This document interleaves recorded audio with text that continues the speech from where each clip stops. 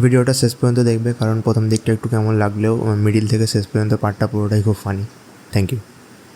School life, এখানে এসেই তুমি বুঝতে পারো যে কিছু কিছু প্রজাতির জন্তু জানোয়ার আছে যাদেরকে চিড়িয়াখানা ছাড়াও আরেক জায়গায় রাখা হয়, সেটা হলো স্কুলে। ভালোবেসে আমরা যে বন্ধুও বলে থাকি। স্কুল লাইফ, এখানে এসেই তুমি বুঝতে পারো যে জীবনে একলা চলাটা কত দরকার। কারণ তুমি যদি তোমার চাঙ্গুবাঙ্গুদের নিয়ে হিজু করতে যাও, হিজু তুমি করতে পারবে না। তোমার খালি মেশিন চালু হবে আর বন্ধ হবে, চালু হবে আর বন্ধ হবে। সারাদিন এরা ভাই ভালো থাকবে যখনই না কেউ হিজু করতে যায়।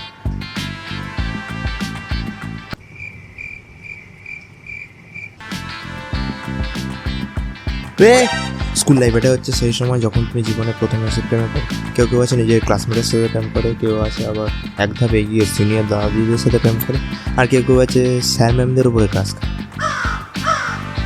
আমাদের ক্লাসে ভাই 82 জন ছেলে পড়েছিল, 82 জনই বায়োলজি ম্যামের উপর ক্লাস। তার মধ্যে কিছু জন আছে যারা স্কুলেই আসে না, মাঝে মাঝে স্কুলে আসে, তারাও ক্লাস করে। জিজ্ঞাসা করলে তারা বলে অন্যদের মুখে শুনেছে ভালো লাগবে তাই ক্লাস।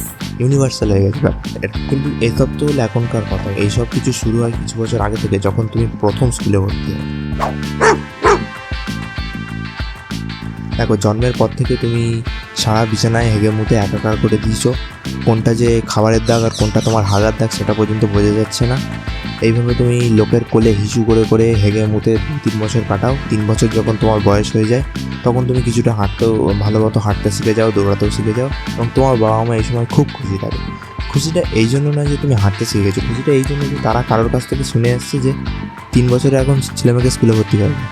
ব্যাস, তারপর আর কি শুরু হয়ে যায় জোর কদমে ষড়যন্ত্র করা। তোমার মুখের সামনে ভাই সবাই ভালোভাবে হেসে খেলে গুলু গুলু গুলু গুলু করে কথা বলছে, তাই না? তুমি ঘুমিয়ে পড়ছো, তোমার পিছু হচ্ছে। হ্যালো, স্কুলে অ্যাডমিশন চলছে এখনো? আচ্ছা, ঠিক আছে, ওকে।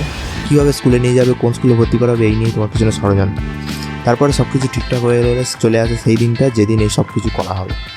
অন্য দিনে তোমার কানের কাছে গান গেয়ে আস্তে আস্তে ওঠো বাবু ওঠো এইভাবে গান গেয়ে ঘুম থেকে তোলা। এই দিনে তুমি বুঝতে পারলে তোমার কানে, চোখে, মুখে, পেছনে সব জায়গায় চাপড় মেরে হুট করে তোমাকে তাড়াতাড়ি করে ঘুম থেকে তোলা হচ্ছে। কী হচ্ছে তাড়াহুড়ো করে তুমি চোখ খুলে বুঝতে পারার আগেই তুমি দেখলে যে তোমার গায়ে জামা প্যান্ট পরানো হয়ে গেছে এবং তোমাকে কোথাও নিয়ে যাওয়া হচ্ছে।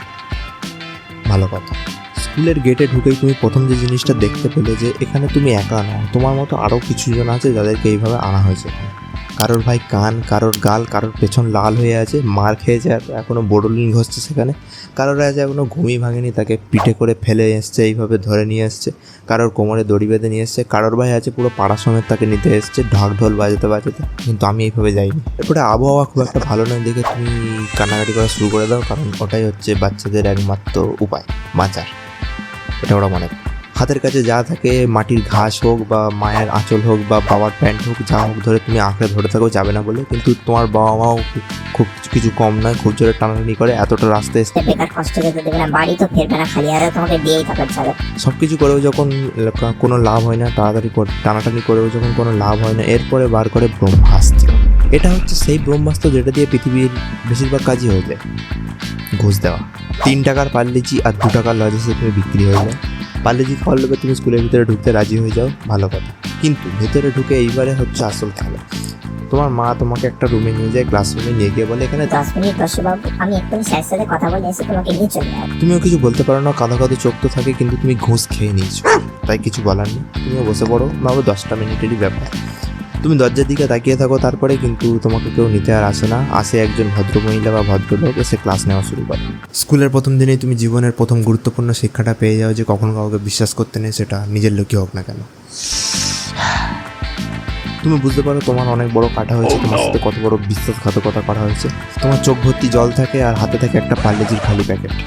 তারপরে আর কি এইভাবেই কাঁদতে কাঁদতে দিনটা কেটে যায়। কিছু বছর বের হয়, তারপরে তুমি হাফ প্যান্ট থেকে ফুল প্যান্টে চলে আসো। এখন তুমি চুলে স্পাইক মেরে স্কুলে যাচ্ছ, মেফে পড়াচ্ছ, এইসবভাবে স্কুল লাইফটা শেষ হয়ে যায়। কিন্তু স্কুলের সেই প্রথম দিনটা আর শেষ দিনটা তোমার খুব বেশি মনে থাকে, কারণ দুটো দিনেই তোমার চোখে জল থাকে, কিন্তু ফিলিংসটা হয়তো একটু আলাদা থাকে।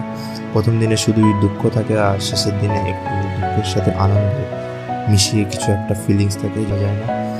আমি বলবো স্কুল লাইফটাকে এনজয় করো, কারণ কলেজ লাইফটা খুব বেকার, বিশ্বাস করো খুব বেকার। লাইক করো, সাবস্ক্রাইব করো যদি চাও তো।